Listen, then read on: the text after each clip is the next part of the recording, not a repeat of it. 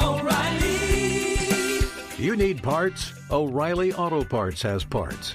Need them fast? We've got fast. No matter what you need, we have thousands of professional parts people doing their part to make sure you have it. Product availability. Just one part that makes O'Reilly stand apart. The professional parts people. O'Reilly Auto Parts. You ever get that feeling the walls closing in, the concrete jungle suffocating you? You crave some wide open spaces, the chance to connect with nature, maybe in a spot all your own. Well, head over to land.com. They've got ranches, forests, mountains, streams, you name it. Search by acreage. You can search by location. You can search by the kind of hunting and fishing you're dreaming of. Land.com. It is where the adventure begins. There's nothing like snook hook sets at dawn or catching a tarpon in the moonlight. Find your next fishing trip made easy on fishingbooker.com and experience the magic of the Sunshine State or any other destination on your fishing bucket list. Book a blue water adventure in search of sailfish or go snapper fishing with the kids. With over 6,000 captains and trips to choose from, planning your next one just got a whole lot easier. Download the Fishing Booker app on the Google Play or App Store, or visit them online at fishingbooker.com to book your trip today. Hey everyone, Ben O'Brien here again. And today is a good show. It's a really good show. So thanks for hitting play on however you listen. We've got two of my favorite people. First of which is Charles the Rabbit Man Rodney. Now you'll know Charles from the Hunting Collective, his last episode, which was recorded about a year ago, in fact. We talked about his life, we talked about his time. So if you don't know Charles Rodney, Charles the Rabbit Man Rodney, go back, hit pause right now, go back and listen to that episode, and then come back. We'll really appreciate that. If you do know all about Charles, you're going to love this discussion. We had a little Q&A with the Meat Eater fans and Hunting Collective fans about rabbit hunting, and then I asked him to give a stump speech to convince everyone to go rabbit hunting. I think it's great. I think he's great, man. What a wonderful human being. So hopefully you can stick around and listen to him. Before that, the boss man, Stephen Rinella, joins the show. We talked about rabbit facts, the rabbit rut. We talked about a lot of things, rabbits in Australia. And then we also talked about race and hunting. It's been a controversial topic for us here at Meat Eater, but one we want to lean into as intelligently and thoughtfully as we can. Hopefully you'll stick around for that conversation. And then we took some listener feedback and answered some questions there as well. And at the end of the show, you're going to get a couple of clips from listeners talking about our performance of the show. One's about me being a hipster, and one's about Game of Thrones. So please stick around for that. But before we get to all that, we're going to talk about federal premium ammunition. Now, we've in the past year, we've been talking a lot about Federal's TSS turkey load, tungsten. This is this different material in which to make the pellets to kill the turkeys. But there's another material out there, copper, that's just as cool and just as innovative. And Federal makes a line of ammunition called Trophy Copper, and it's accurate across really every gun platform I've ever shot it in. I've shot it in 30-06, I've shot it in 243. I mean, I've shot it across all of, your major calibers. And I have experience with it going back many years. And I've always found that it penetrates deep, man. It'll punch the hide on a deer or a tough mule deer or a moose or an elk. I've shot all of those things with Trophy Copper over the years. And it's a copper alloy construction, so it delivers 95% weight retention. If you see this thing going through ballistic gel, you're going to have a slack-jawed reaction. So it's designed for all the things that we're getting ready to hunt this fall, elk, deer, and sheep. But I'll be using it for bear season. And so I have a bear hunt coming up with my dad. You're going to hear it next week from my dad a little bit on the show. And we're going to go on a bear hunt here in Montana. We're going to be lugging along Trophy Copper to see how they perform, if it's so good as to get a shot. So head up, federalpremium.com. Check out Trophy Copper. It is cool. Real cool. So without further ado, another episode of the Hunting Collective coming at you. Let's go. I guess I grew up on an older road. A pedal to the metal, always did what I was told. Till I found out that my brand new clothes came secondhand from the rich kids next door. When I grew up fast, I guess I grew up mean. There's 1,000 things inside my head I wish I ain't seen. And now I just wander through a real bad dream, or feeling like I'm coming apart at the seams. But thank you, Jack Daniels, oh, number 7. Hey, everyone. Welcome to the Hunting Collective. We're going to air this on 5/28/19. We're here in the Meat Eater headquarters with the man himself, Steve Rinella. That's exactly right. That's exactly right. I'm the man, though, I thought. Just maybe. No, that's right. You declared it. Yeah. Therefore, it's yours. Therefore, it's mine. People have been yelling at that, like, across parking lots at me. I'm the man. I'm the man. That'll probably never go away. Maybe that's a good thing. I don't know. Start of some different version of my career. But in this episode, we're going to talk to Charles the Rabbit Man Rodney, a good friend of mine for a while, and just an incredibly interesting human being. And you've listened to the original podcast we did together. Super interesting. What's your review of that of him as just a hunter and a man and who he is? No, it was fascinating. One of the fascinating things about it is it's kind of hard to express, a little bit hard to express, is it's uncomfortable for people to talk about race. Yeah. Or I shouldn't say for people. Like when I was growing up, it was very uncomfortable to talk about. Oh, yeah. It was comfortable to talk about race if you were talking to people who were your race, right? But it would just never happen. It would never happen that you would have a discussion about race. Like I would be in a situation of sitting and having a conversation about race with an African American, or a Hispanic person. One, because exposure to that was so limited where I grew up. I just grew up in very much like I grew up in a very white area, but not monolithically. We had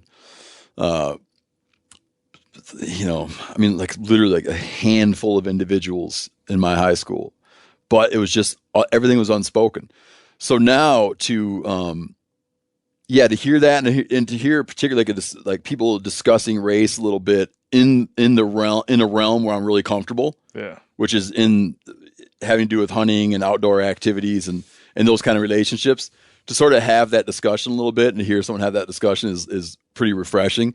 And it still feels a little bit like I like for no reason, I still get a little uncomfortable. Yeah, and it is. And I think we will know, like in the context of this conversation, the cultural sensitivity is way more intense than it was when you were a kid or even when I was a kid. I remember as a kid talking to my dad about African Americans being in our town. He'd be like, I remember in high school when we had the first black kid in school. Like, I remember that. And it always struck me, like, generationally, how that's gone, like, how that is tracked. Like, I'm one generation removed from segregation.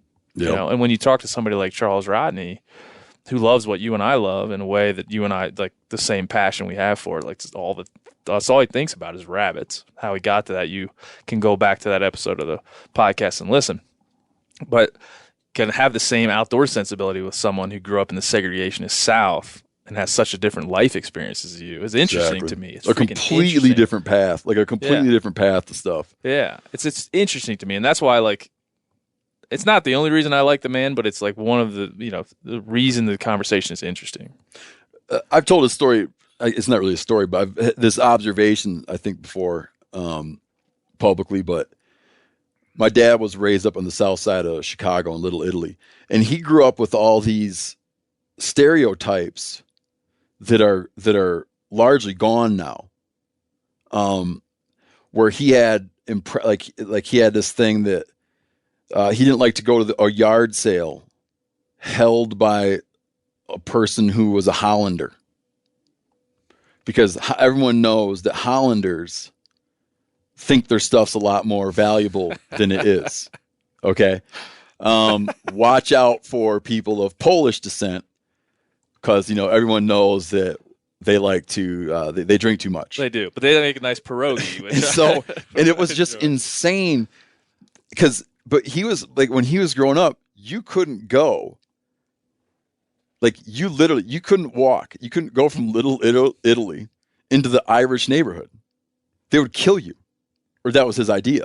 Yeah. And we would kill, like if we found an Irish guy, we would beat him up. And so the fact that like, it would just, even in my own lifetime, he still held these things that no one even knew anymore. Because just sort of the American melting pot had, especially in our particular area, had just like done away with all this stuff. But I just grew up around.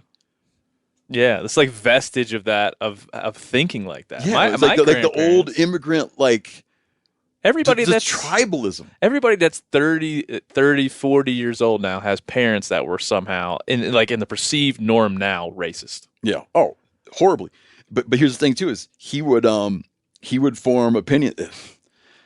You know, he was a well-intentioned dude, and his heart was in a pure place. But he would at one time, like everyone, he would at one time carry these like really old, arcane, generational prejudices. Yeah. But all it would take to undo all of that is one positive interaction.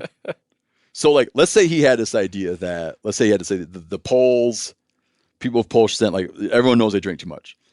But then he would, if he met a Pole who's like, you know what, never had a drink in my whole life, then he would be like, the Poles, those are good people. Yeah. Because it was so easy to undo this package of prejudices that he carried old Larry around. Letwinski over there, he's a good guy. And so he had some really funny, like, I don't want to get into details because it's so dated and so contentious, but there were some prejudices that were more widely held. Yeah. In my lifetime, things that instilled where I grew up, semi-rural Michigan, prejudice that were still widely held and you could express in a very matter-of-fact way. He would contradict those.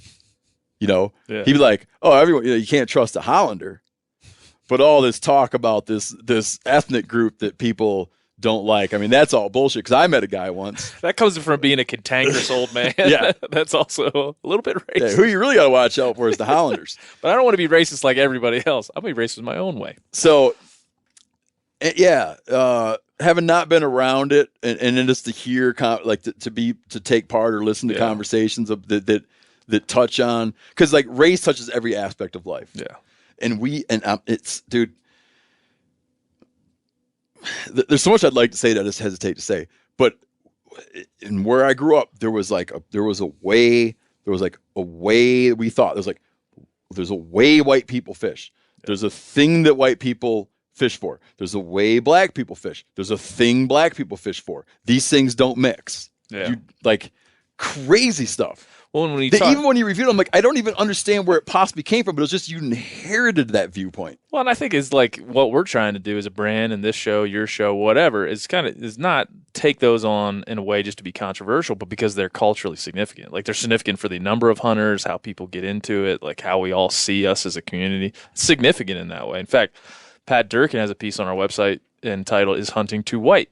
in which it doesn't really talk very much about cultural differences, but just the numbers behind how we go forward as a community and where we are. In fact, you start looking at where Charles Rodney grew up in the plantation region in the South, the Mississippi Delta in that region. Like you just said, rabbit hunting was culturally like a black thing. And then you look at like the upper echelon white folks, the plantation owners, it was quail hunting or other things like that. So there was this like racial divide. And as I was reading on this and researching it, it's like oftentimes the black families that were running the plantations would be also caretakers for white children. You know, the children of the plantation owners when the plantation owners are off doing whatever they would be doing. And so a lot of the cultural significance of rabbit hunting was transferred from the black families to the white children of the plantations. Yep. And so when you start reading that, you start realizing kind of like the intersection of hunting and race in a way that I'm comfortable talking about, pretty comfortable talking about it. And it's a conversation I think that's worth having. Just talking about racial prejudice and racial divides for the sake of the topic, it's not something I'd bring in. But when you read it that way, it's pretty striking. Yeah, you familiar with the Hmong? Like during the Vietnam War, when we were running, now it's public knowledge, we were running clandestine wars in Laos and Cambodia. the U.S. was allied with a mountain tribe called the Hmong, and after we withdrew, I mean, I'm way oversimplifying a kind of long, complicated story. After we withdrew from Southeast Asia, the CIA relocated a lot of Hmong to the U.S. and there's certain communities. There's a big Hmong community in Minnesota. There's a Hmong community in Montana and elsewhere. And historically, in their homeland, they were avid hunters. They were hunter-gatherers. And the hunting tradition really stayed alive in the U.S. So you have, among the Hmong, you have really high hunting participation rates, unlike any kind of, like something like we don't see in any other minority group in the U.S. We were recently in Missouri talking to a well-informed, well-intentioned person who was saying how he was describing the situation in which sort of this army of Hmong will come down and they pass through Missouri and into Arkansas, raping and pillaging wild game, large encampments of people, kill every last squirrel, take it to sell, to sell to market. And it's just so fanciful. Yeah. So you're so you're saying there's a large roving encampment which is intensely of squirrel market hunters, because everybody knows how valuable what squirrel meat goes for. Yeah, squirrel tails. This day, but telling you it's just matter of fact. But have you been to one of these encampments? No, but I heard about them. But it's also that's fucking intensely ironic in the way that they came to be in this country. Yeah. I was we do make such generalizations, such statements, and I am always and sometimes guilty of mental masturbation on topics. But when you get down to that stuff, it's that's the core of what really matters, and how we interact with each other. Oh, I've trafficked. I don't want to, not that I don't want to dog on it too much, but I'll just say that we trafficked, and as a kid, just from exposure, every stereotype. Oh, yeah. Every stereotype. Oh, yeah. And it's only just a matter of then you get out and kind of see the world a little bit. And that's ironic. When you start to travel as a hunter, you start to not only especially you and what you've been able to do. I mean, and I've been around too a little bit, but you start to, the more you experience hunting, the more you get that, the experience of the actual animal and the pursuit is displaced by other things like culture and nature. Once you've killed a Doll ram, you're less fancy the idea of actually just getting your hands on one, and now you're looking at the environment, the culture, the people. Yeah. So the more veteran you get in the hunting sense, the more you think you're able to really look at the other. Yeah, things. and you get around who hunts and why do they hunt? Yeah. And and so that's we'll hear from Charles Rodney. Again, go back and listen to the previous episode I did with Charles before this one. And this one we get into a lot about rabbits, because this is all this man thinks about. He's in his late 60s, and he's retired, and he just hunts rabbits. That's all he does. He runs beagles. In fact, if you're aware, I don't know if you're aware of a magazine called Better Beagling Magazine. No. He's a big-time writer for that. He mails me copies of all his articles, and they're really damn good. That's interesting. So check out Better Beagling Magazine. You got some Charles Rodney stuff in there. To close off that conversation, I wanted to find some numbers just to kind of so we would understand the divide, the racial divide in hunting. And one very simple one is the U.S. Fish and Wildlife does a national survey every year. And in 2017, they estimated that there was 297,000 black hunters in the U.S., which is about 3% of the total hunting population. The national percentage is 13%. Oh, wow. Of African Americans. So just folks know, that's just where we are. Just like women, we know it's a smaller percentage. A third is likely. Yeah, a third is likely to hunt.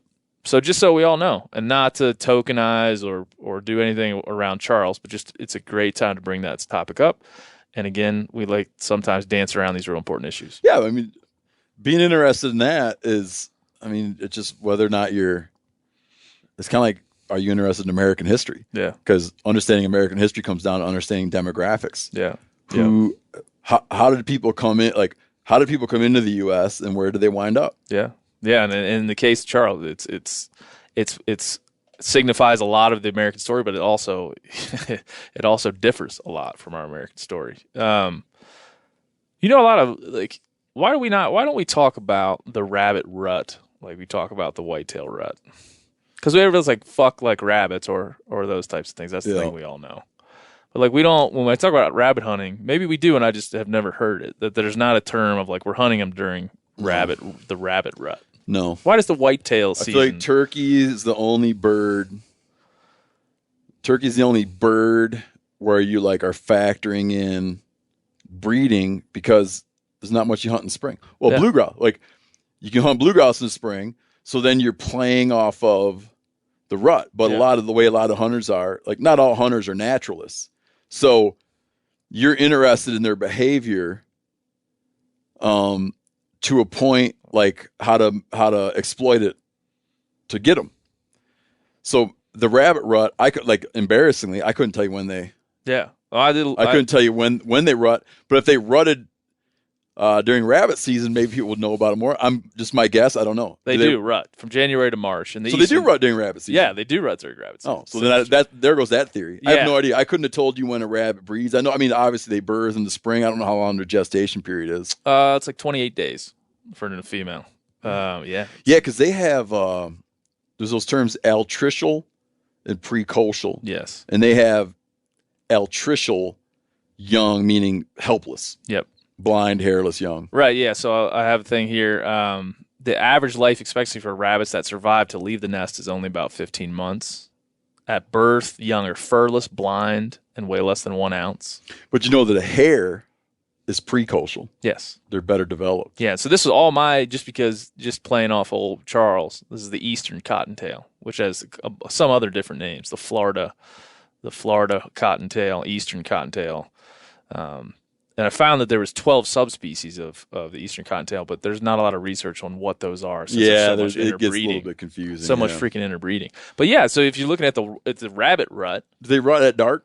Yeah, they're crepuscular in their activity, so they're dawn and dusk rutters. So it's not so different than a whitetail. I feel like if you saw 2 rabbits chasing each other, you might just be like, "Oh, those rabbits chase each other." Yeah. Well, this is it. So the males and females. I'm just, like I said, I had to do all this research because I wanted to know.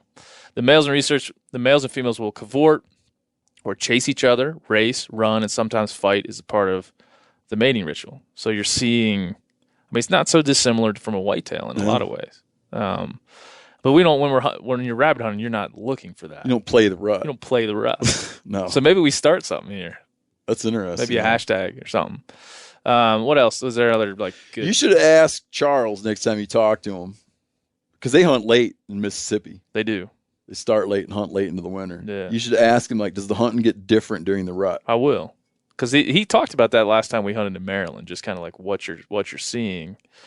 But it's mostly because you're driving with dogs. You're not seeing natural movement. You're just seeing. Well, they might turn up in different places. That's right. I'd be interested to ask them. We're gonna get there, and you'll see that a little bit on the old media or social medias. The longest lived wild rabbit on record was only 5 years old. So they don't live. You're not. You can't do the whitetail comparison there. A funny thing about things that don't live that long is, like, somehow you vision things that don't live very long. There's less of a value. Humans put less of a value on the life. Yeah. Where you imagine how flies have days, mosquitoes days. Yeah, and people are very casual about it. And like a rabbit, he just doesn't. I mean, there's other factors too. There's other things how we weigh out like what we really care about. But you could also, there's an interesting correlation between longevity, meaning an elephant and a whale, people are real concerned. Yeah. About their well-being. This is just me. And the wanton destruction of something like that is very upsetting to people. Wanton destruction of something that if he's a year old, he's super old, people are less inclined to care about the less inclined to care about the circumstances of its death. I wonder if that's because we can relate more to things that live long. Yeah, I'm sure. You think so? Yeah, I think that's what with predators. I think somehow we relate to predators more. Yeah. We're bouncing around here, but like, it's not rabbits. See, people aren't. Is there a time you feel like when people are thinking about rabbits? I just don't think it's a big enough deal that people are thinking about it. I was like, can you talk about rabbits in the spring? People think about like in the Midwest in December, January, everything ends, and then not everyone. A lot of guys will go out once or twice, but it's like people think about it because there's nothing else to do in the dead of winter, and they'll ditch it as soon as the lakes freeze up and you fish to the ice. The ice fish. I love rabbit hunting though. I love eating them. Yeah, I love everything about it, man. We had a thing around the Super Bowl where we would go and did this with old Charles Rodney a few times. Go kill a mess of rabbits, cook up fried rabbit legs for the Super Bowl, and people would be like, "This is the best fried chicken I ever had." I'd be like, "That's fucking rabbit." So I love it. I'd do it if I lived in it. Unfortunately, there's not a whole lot of them running around here, although there's some distributed around Bozeman. Yeah, no, they're around. There's a lot more in other places. You got in the sagebrush country. There's a lot more of them. A lot of raptors here to kind of pick them up. The way it's been explained to me is when we didn't have any game, when big game in this country was, largely removed. Yeah. And waterfowl was so down. It was like there was a lot of focus on hunting squirrels and rabbits. It was like you hunted squirrels and rabbits because that's what was around. Yeah. You talked to Kevin Murphy about that. He's like, when I was a kid, we really didn't have turkeys. We barely had deer. People hunted small game. And then as we recovered turkeys and deer, they're bigger, tastier, more dramatic. You kind of get into like big ones. There's like trophy ones and big ones, and everyone just sort of switched. And then enthusiasm about squirrels and rabbits just went down, down, down, down, down because there's kind of these, higher grade game animals to go after. But my old man was doing a lot of hunting in the late 40s, and they were rabbit hunters. Yeah. They hunted rabbits. My dad did the same. My dad tells me, he's like, dude, I small game, rabbits and squirrels, and like when there was back where I grew up, pheasants and other upland game, that's what they would do. And then they'd hunt deer 1 day, 2 days a year when opening day rifle season. Go shoot your couple of deer and then go about your life. And at the same time, there weren't shit for predators. No, and that's what I mean. People were hell on predators. So there's a lot of rabbits, and people weren't clean farming yet. Farms were dirty. You had big windrows. A lot of crops got left on the ground. Yeah. Big animals were gone because people shot them and ate them. Predators were gone because everyone knows if you see anything that eats meat, shoot it.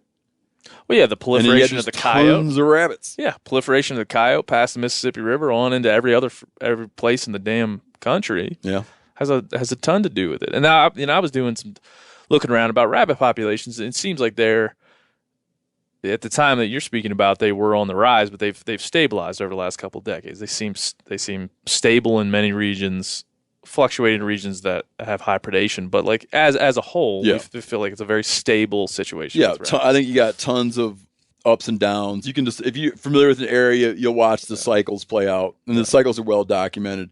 But it's funny, I don't think there's really any Americans. There's some, very few Americans don't live within a couple-hour drive. Yeah. Of a shitload of rabbits. And they're tasty and they're fun. It's fun to hunt. You can get your kids into it. You can get, old Charles Rodney takes out the 80, 90-year-old guys and they go walk around and the beagles push up a rabbit and they shoot it. So, he's talking too about his distribution of rabbit meat. Yeah. Yeah. He shares with the community. In fact, we cooked some when we were there hanging out. So, it's, I don't understand. I guess I do understand that, living in the Intermountain West, it's like why elk is more exciting. I get it. I'm with you. I understand. But just to reiterate, like if you got an extra day and you want to go rabbit hunting, man, it's you're gonna have a good time and you're gonna have some good meat from the end of it. In the north, I don't know about the south, so I'm not familiar with it. More days, where I grew up, more days out of the year are rabbit season than not. Yeah. It's usually rabbit season. Yeah. And you're allowed 5 a day. Fuck. Dude, you can just live off rabbit meat. It opens in opens September 15th and runs like into March. If you would come to my house and you would eat a little fried rabbit leg, you would want to hunt. You would want to kill 5 a day for 30 days a year. It's delicious. A little potato salad, a little green bean casserole. It's great. Hunter's chicken. Hunter's chicken. I once met a guy in New Zealand he was a rabbit man down there. He worked on one of these big sheep stations. I was out there with Remy Warren hunting fallow deer. And we were leaving, we came across this dude who was riding like a dirt bike, and he had a big helmet on with a spotlight on top of his helmet. He had gloves on made of rabbit hide. Huh. And we came upon this guy. We're like, what the hell's going on? We get out. We start talking to him. Turns out he is the paid rabbit hunter on the sheep station, which in our parlance would be like 20,000 acre piece of property. They run sheep on it, and there's fallow deer and a bunch of other non-natives running around. There are so many rabbits on this sheep station in the South Island, New Zealand. This guy for the last, I was making some notes, 26 years I think it was at the time we were there, was killing over 300 rabbits a night as his job. So he would start when it got dark and end when it got light. Because of grazing competition. Yeah, because of grazing. And they would put up a fence on the sheep station, and the rabbits would literally chew it to the ground in one day. They would dig it out, and it would fall over. That's how many rabbits were there. This guy, for 26 years, he had a book of every day, how many rabbits he had killed every day, every work day for 26 years. That was his job on this ranch. And he had killed like over 2 million rabbits in that time. He'd roll around with a little 22 and a shotgun, a 410 and a 22. And he had a little scabbard on each side of his dirt bike, rolling around, just boom, boom, not picking them up, not doing anything with them, just shooting all night long. Really? Yep. And then you go to the owners of the sheep station, they were like, yep, they're the rabbit shooter. Like, the what now? The rabbit shooter. Zero predation. Zero predation. And so I was looking that up. I didn't find a whole lot about New Zealand, but it's the same in Australia. In 1859, there's a guy, a landowner there, who put 24 wild rabbits from England, and he released them so he could hunt them. So he's like, what the hell? Maybe they'll take it. This will be great. Maybe they'll like it. This will be great. Put them in the Australia. O'Reilly Auto Parts are in the business of keeping your car on the road. O'Reilly Auto Parts offer friendly, helpful service and the parts knowledge you need for all your maintenance and repairs. If you're confused about what part you need, like what wipers are going to be the best, what replacement headlights are going to be the best, go into O'Reilly and talk to the people that work there, because they're great and they're super friendly, and they'll get you squared away where you walk out knowing you got the right thing. They've got thousands of parts and accessories in stock, either in-store or online, so you never have to worry if you're in a jam. Do you need your windshield wipers replaced? You need a brake light fixed? You need some quick service? They'll help you find the right part or point you to the nearest local repair shop for help. The professional parts people at O'Reilly Auto Parts are your one-stop shop for all things auto do-it-yourself, and you can find what you need in-store or online. Stop by O'Reilly Auto Parts today or visit us at O'ReillyAuto.com/MeatEater. That's O'ReillyAuto.com/MeatEater. You ever get that feeling you're stuck inside staring at screens and a primal urge kicks in? You crave wide open spaces, fresh air, the chance to connect with the land. Well, maybe it's time to find your own piece of the wild, but searching for property can be a maze. That's where Land.com comes in. They got millions of listings across the country, from mountain ranches to hidden fishing holes. Their search tools are like a seasoned guide helping you narrow down what you want. Land.com isn't just about buying and selling. It's about finding a place to hunt, fish, explore, or simply sit by a campfire and listen to the crickets. So head over to Land.com today to turn one day into today, because trust me, there's nothing quite like the feeling of standing on your own piece of earth. There's nothing like snook hook sets at dawn or catching a tarpon in the moonlight. Find your next fishing trip made easy on fishingbooker.com and experience the magic of the Sunshine State or any other destination on your fishing bucket list. Book a blue water adventure in search of sailfish or go snapper fishing with the kids. With over 6,000 captains and trips to choose from, planning your next one just got a whole lot easier. Download the Fishing Booker app on the Google Play or App Store, or visit them online at fishingbooker.com to book your trip today. And then by the 1920s, 70 years later, there was 10 billion rabbits on that island, on the continent of Australia. Like rabbits. Like rabbits. You ever see Rabbit Proof Fence? Yes. They have actually, in the story, the government recently has built over 1,000-mile long rabbit proof fence. Yeah, there's a movie, Rabbit Proof Fence, and I'm just telling your listeners here. It's about it's Aboriginal girls, right? They get taken away. Oh, yeah. Australian Aboriginal girls to get taken away and sent to be educated, taken away from home and sent away. and they escape. They wind up in this abusive environment, and they escape, and they hit the fence, and they know the fence runs through their community. I think it might be based on a true story. And they recognize the fence. Yeah. And it's just their journey. Like, remember, you mentioned a book not long ago in Good Books, Follow the River. Yeah. It's like Follow the River. But follow the rabbit-proof Their fence. journey is they just know if they follow that fence, they assume correctly that it would lead to their village. God, yeah, follow the river is one of my. I think I've read that thing like 6 times. But yeah, follow the rabbit-proof fence. But it just struck me as I was doing my rabbit research that stat, and then so 10 billion in 1920, and then down to 2.5 million. No, 200 million around now. And the government spends millions of dollars every year trying to curb the rabbit problem in Australia. And so just be glad we don't have that. Is it popular to eat them there? Doesn't sound like it from what I've seen. It didn't, like I said, I mean, if it's me and I'm shooting if I'm the rabbit shooter in the New Zealand sheep station, I'm going to save some of the meat. Oh, you get so sick of it. I know. But there's something you could do with it. But picture that, like in Southeast Asia, there are countries where people like to eat rat. Yeah. It's considered, everybody's, it's a delicacy, but people like to eat rat. Yeah. Now, if you're here in the U.S. and you meet a guy and he's like, he's a rat exterminator, you're thinking, well, obviously he's not eating these rats. He's a rat exterminator. Yeah. Someone in some other part of the world will be like, man, that's great. That's great. Imagine all that rat meat.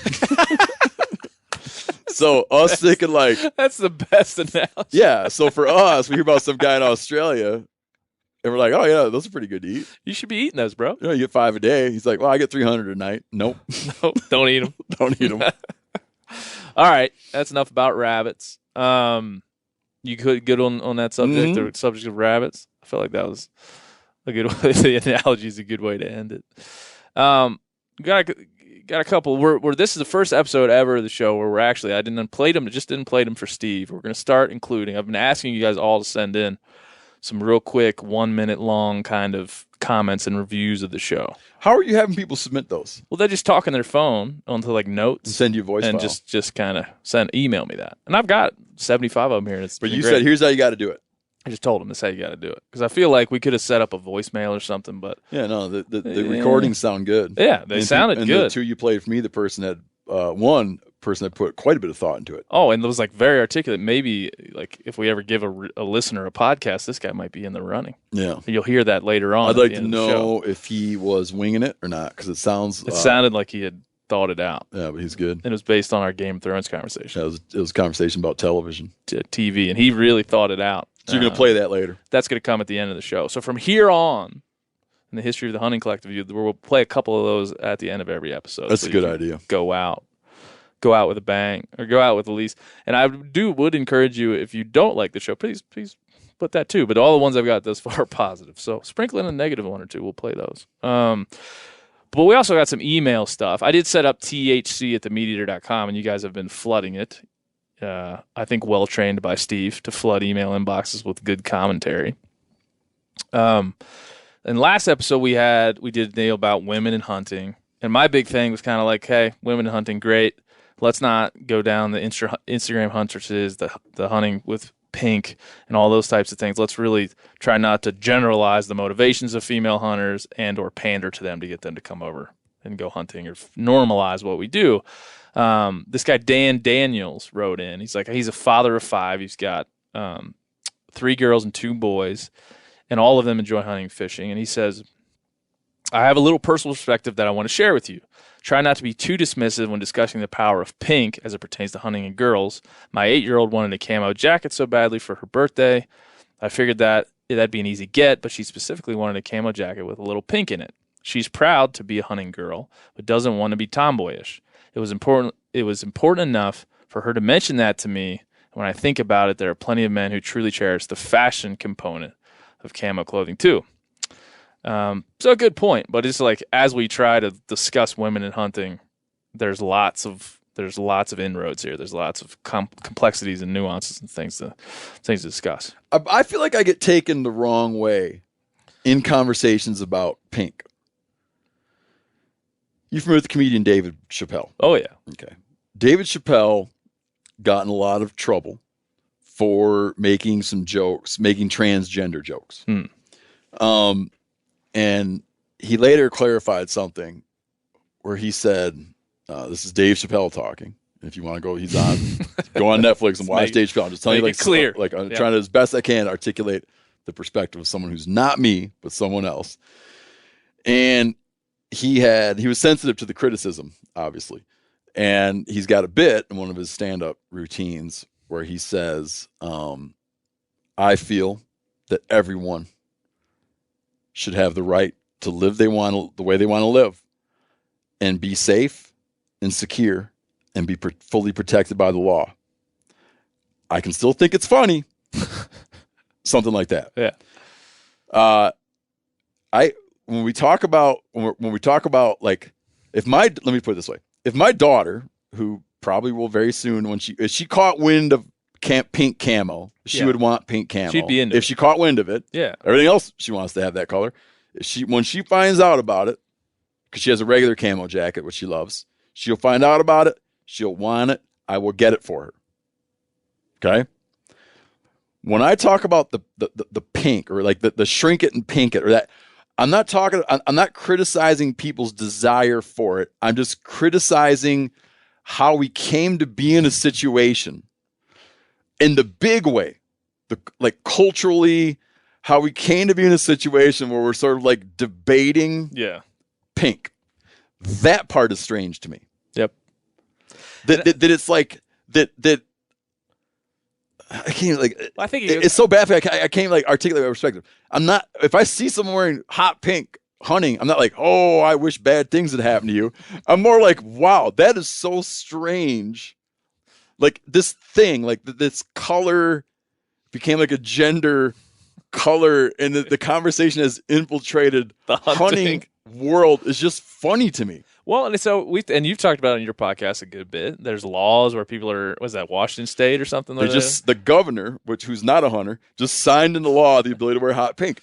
I'm glad he did it. It's still funny to me. It's just funny that like a governor. All the topics. Yeah, but they're like, oh, governor, today we have, and here's what's on your docket. And you explain all like security risks and everything going on. Oh, and by the way, a bus crashed. We need you to sign this here law. And he's probably like, come again now. I feel like this all comes down to, and I really do feel it comes down to like us trying to address the issue of women in hunting in any way that we can. And if we create more things that might attract this young lady or your young lady, girl, and that age, it's like if we create more of those things, we'll get more of them. Mm-hmm. Right? I think that's the equation that we're thinking about, and that's what I feel when I say pandering.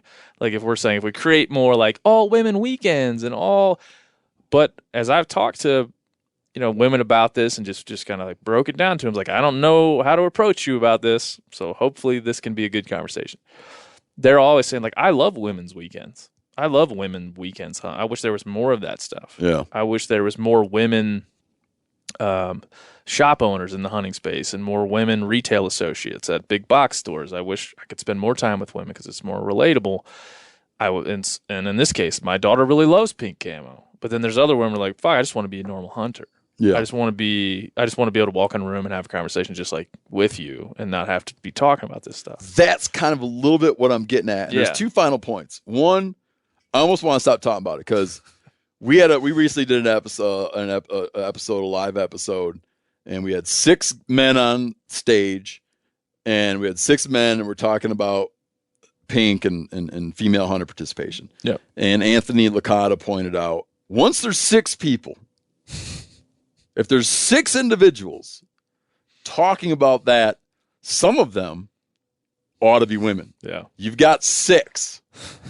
You got 6. The numbers. I would point out that had there been a woman there, we would have, in terms of percentages of hunters, we would be overrepresented. Yeah. We would have had to at least have 9. At 9. dudes. Yeah. The 10th. The 10th won't. To be represented. Person. So we would have overrepresented, but that's good. It's good to overrepresent. So in a little way, I'm like, okay, I'm going to hang it up and only talk about when I'm talking. But when we've talked about it, when we've had women on to talk about it, they also express this thing. They're like, that's not what, like, pink isn't the thing that makes me not feel welcome. Yep. A thing that makes me not feel welcome is guys. And there's a lot of them. There's 9 of them to me. Yeah, Carmen Van Bianchi, we had her on. You can go listen. It's a Meteor Podcast episode. Carmen Van Bianchi came on, and we were kind of talking about her becoming a hunter. And she said there's 2 that she was sort of typifying her interactions with men in the woods when she's by herself and she runs into guys. Yeah. There's, what in the world are you doing here? Dismissiveness. And then there's, little lady, let me help you find your way back home. This is no, and she's like, it was rarely like, no one would ever just meet her and say, how's it going? Hey, seeing any? She said it was always different. Yeah. I mean, it was always like, wow, you're here. A girl out in the woods. Well, she's which is really only going to change as more of them do it. Because most people aren't hip to these conversations we're having about how we ought to act. People just generally are going along with how people act. Yeah. And so until it's like common to run into women, you can't expect most people who aren't like really aggressively engaged in cultural dialogues to just be a little bit surprised. Well, that's it. So I had 3 episodes ago, I had Dr. Libby Metcalf from the University of Montana on. She's a social scientist, and she did a whole study on women's motivations in hunting. And most of and a lot of that was like, what are the roadblocks? And she starts listing out the roadblocks. It's most things you would know. It's mostly have to do with the current group of people that are doing the thing, predominantly doing the thing, and their predisposition to be either like complacent about your existence, dismissive about your existence, or pandering about your existence. Like those realities. That's exactly what you're saying. It's like this person did a whole study about it and basically came to the obvious conclusion that there's a whole lot of there's a whole lot of men that don't understand what a woman would want when she steps into the ring to be a hunter. You know what else goes on? And I don't even know how to navigate this. I'll go hunt with guys all the time. Guys my age. Yeah. It would be like being married. It's a weird thing, and I can't really explain it. It's I don't even know if it's horrible that it's this way. But if I were to become friendly with a stranger, I mean like a female hunter, and we become friendly, it would be there's an obstacle in saying, hey. Yeah. Right? She's married, I'm married. There's a cultural obstacle to me saying, hey, do you want to go away for the weekend to go hunting? It's like it shouldn't be that way. I'll just come out and say it shouldn't be that way. But it just exists, man. Yeah. It's just there, and I don't know what to do about the fact that it's there, but it's there. There's a thing that's there. Oh yeah. When you say, do you want to come with me and my buddy? And spend a weekend out. Married person of the opposite gender. Spend a weekend out fishing. Yeah. It's just because then there's a lot for people to unpack. Or a lot to not even unpack. There's a lot to untangle. Not only the 2 individuals that are taking part in the hunting, all the people around them, they're like, did you just go for 3 days into the wilds of wherever with 2 dudes? Yep. It's not even your own sensitivities. Yeah. It's not like, you're not like, oh, I can't.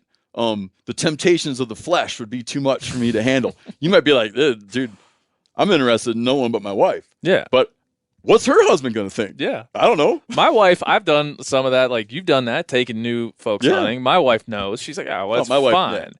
But my wife's like secure, like we're secure enough. My wife's the same way. Yeah. But it's like, there's not, I can't imagine a whole lot of situations where it's like that. And then, and then you got some dude, he's like, oh, bro, you asked my wife away for the weekend? It's just like it's like, it's complicated, dude. It is. That could be the name of this podcast. It's complicated, dude. There's another guy that wrote in. His name's Dylan Lacker, Laaker, U.S. Army. Thanks for your service. I recently heard. Can I share something with you? Real quick? Please. I met a woman who wanted to get a book signed for her husband, who's a pilot in the military, and I wrote. This is at the Austin thing we're at. And she's explaining he couldn't be here. He's stationed overseas. She wants to send him the book.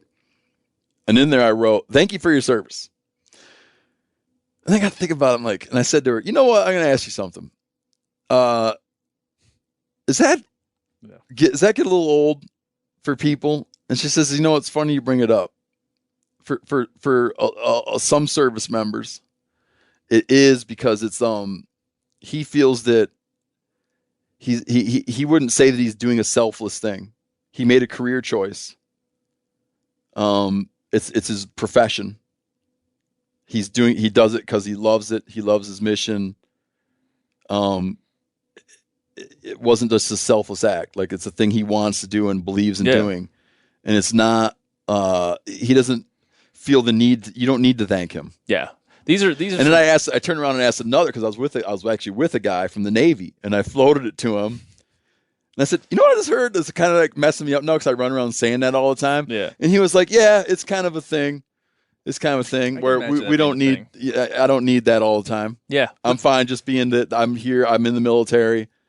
We can have a normal interaction. You don't need to thank me. Well, this guy's a biologist in the U.S. Army Corps of Engineers and environmental planning. So I don't imagine there's a whole lot of danger involved in that particular. Thanks for your service in environmental planning, bruh.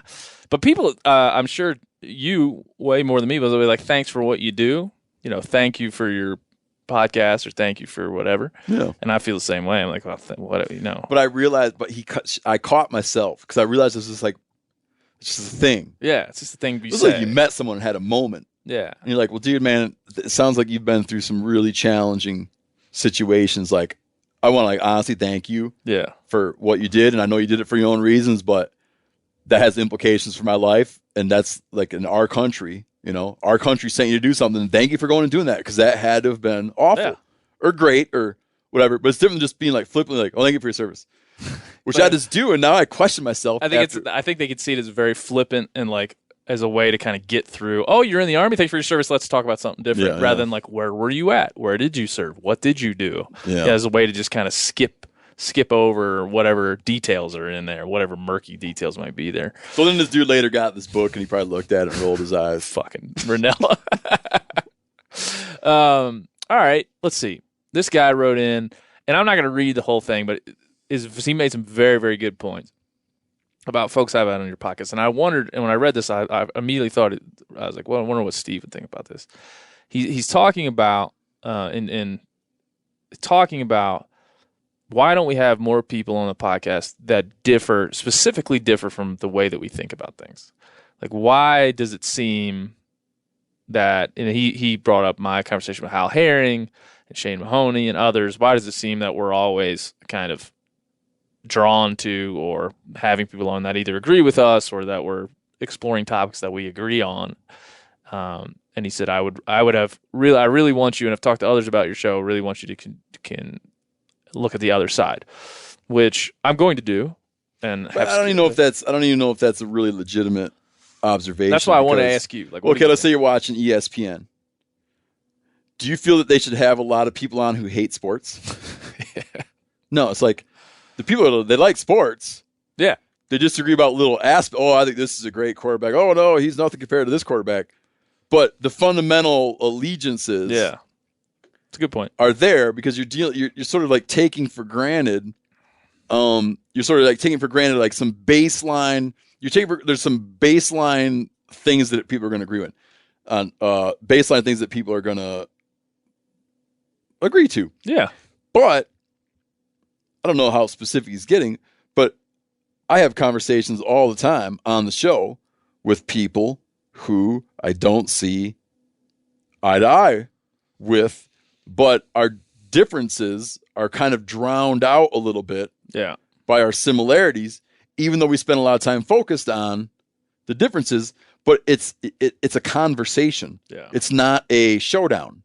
So if you're watching the kind of news program where their producer will go find the most two diametrically opposed individuals, and the draw there is to watch these diametrically opposed individuals face off in a violent interaction. Or if you go on YouTube and like, watch this, Jordan Peterson destroys liberal professor. Well, people love that. They love that video of you and the vegan dude. They love it. People love it. That's like the thing that you show. So people like it.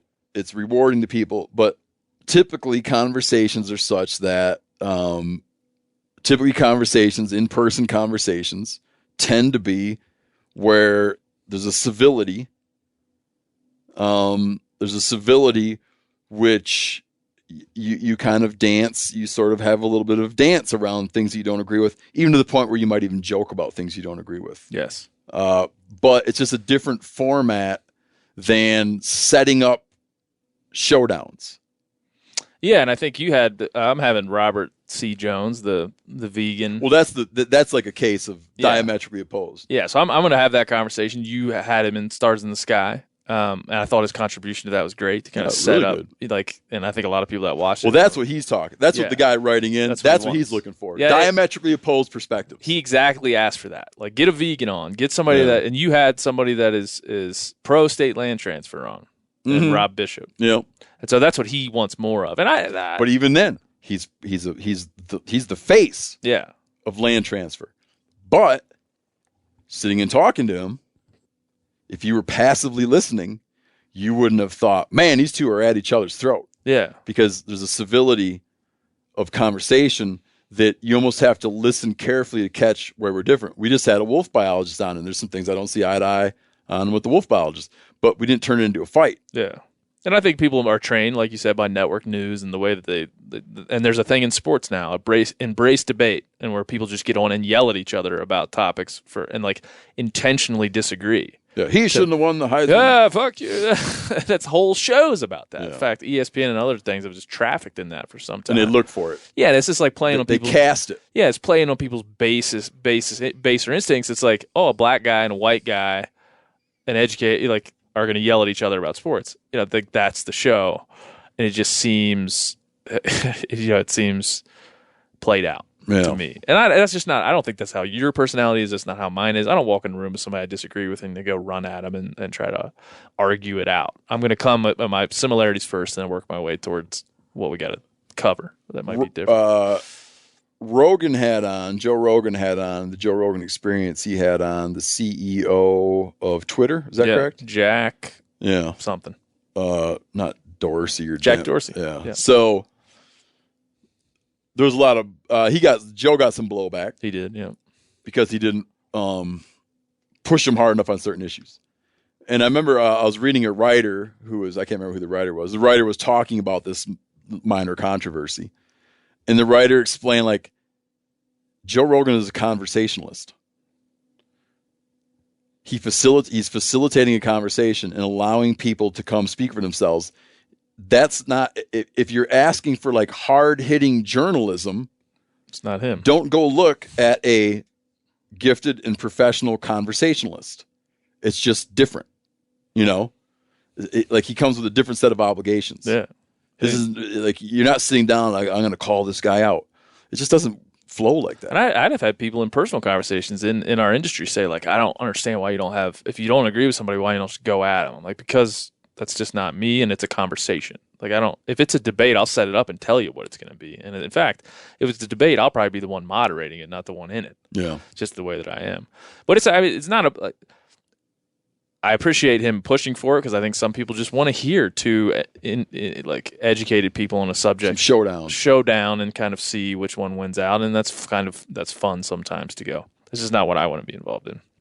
Last thing, Adam Schumacher writes in: do you like peas, Steve? Are you food? The food, yeah, not the letter. I know you hate them. Yeah, I don't have a strong. I grow them.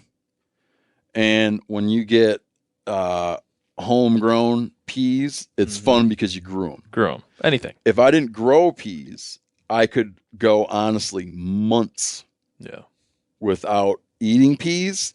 And I can't think of having ever, in the last several years, I can tell you that I've never walked into a store and walked out with a pea. But I grow them because there's like things that grow. Yeah, and you live in a spot where it's like peas grow there, and it's easy to grow them. You grow them and eat them. You eat them because you grew them. Yeah, you're on my You're side. not growing them because you want to eat peas. You're growing because you just want to grow shit. And I'm not diametrically opposed to the existence of the pea, just the taste, the texture, and its inclusion in anything that I like. It's been years since I bought a pea. Yeah, perfect. You're on my side. I'm putting you on my side. I buy carrots. Lots of carrots. I like a carrot. I rarely walk out of the grocery store not with a carrot. Really? You're always having a carrot? I got kids. Kids like carrots. I do the cucumber. Always a cuke. I like to grow cucumbers. I like to say cuke. I like that. Shit, yeah. But pea, I never go to the pea aisle. No, fuck a pea. No, peas are we're sitting in the pea cannery district of Bozeman. Yeah. It's very ironical. All right.